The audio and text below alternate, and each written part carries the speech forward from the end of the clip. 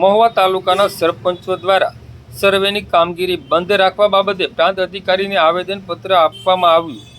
આજરોજ તારીખ 1/11/2025 બપોરના 3 કલાકે મહુવાના 120 ગામના સરપંચો દ્વારા ધારાસભ્ય શિવાભાઈ ગોહિલ તેમજ પ્રાંત અધિકારીને આવેદનપત્ર આપી રજૂઆત કરવામાં આવી હતી. મહુવા પંથકમાં અતિવૃષ્ટિ થયેલા ખેડૂતોને નુકસાન બાબતે અસરગ્રસ્ત ખેડૂતોને 100% વળતર તાત્કાલિક ચૂકવવા માંગ કરી હતી તેમજ પાક ધિરાણ પૂર્ણ માફ કરવામાં આવે.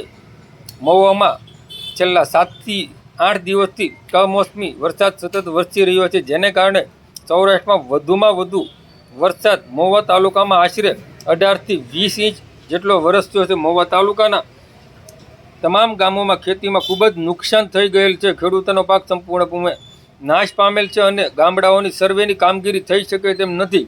ખેતરોમાં પાણી ભરાઈ ગયે હોય અને ટૂંક સમયમાં સર્વે થાય તેમ નથી, જેથી ખેડૂતોના ખાતામાં સંપૂર્ણ નુકસાનીનું પૂરેપૂરું વળતર ખેડૂત ખાતેદારના ખાતામાં ચૂકવવામાં આવે તે બાબતને લઈને આજે મહુવા પ્રાંત અધિકારીને આવેદનપત્ર આપવામાં આવ્યું હતું.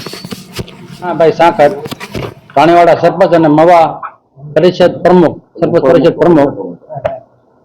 અમારી તમામ સરપંચ મહુવા તાલુકાના તમામ સરપંચો વતી એવી માગણી છે કે અત્યારે અમે પ્રાંત અધિકારી સાહેબ, શિવાભાઈ MLA, દુલાભાઈ ભાલિયા, TDO સાહેબ બધાને આવેદનપત્ર આપ્યું છે કે છેલ્લા 10 દિવસથી સતત વરસાદ વરસી રહ્યો છે.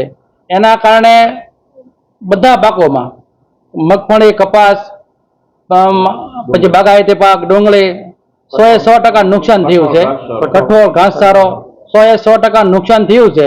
તેથી સર્વેની કામગીરી બંધ રાખી અને તમામ ખેડૂતોને વળતર આપવામાં આવે. જાહેર એક પેકેજ નક્કી કરવામાં આવે કે આ બધા ખેડૂતોને પેકેજ આપવામાં આવે અને સર્વેની કામગીરી બંધ રાખી અને પેકેજ આપવામાં આવે અને બધાનો સમાવેશ થાય, બધા પાકોનો સમાવેશ થાય, બધા ખેડૂતોનો સમાવેશ થાય અને સંપૂર્ણ 100% વળતર ચૂકવવામાં આવે એવી અમે માગણી કરીએ છીએ.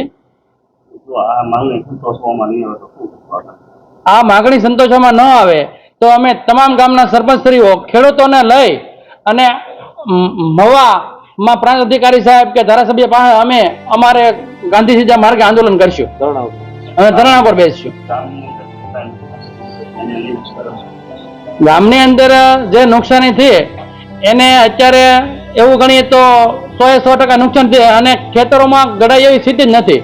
એટલે કે સર્વેની કામગીરી તો શક્ય નથી. ખેતરોમાં જવા એવું ન હોય તો સર્વેની કામગીરી કઈ રીતે થઈ શકે?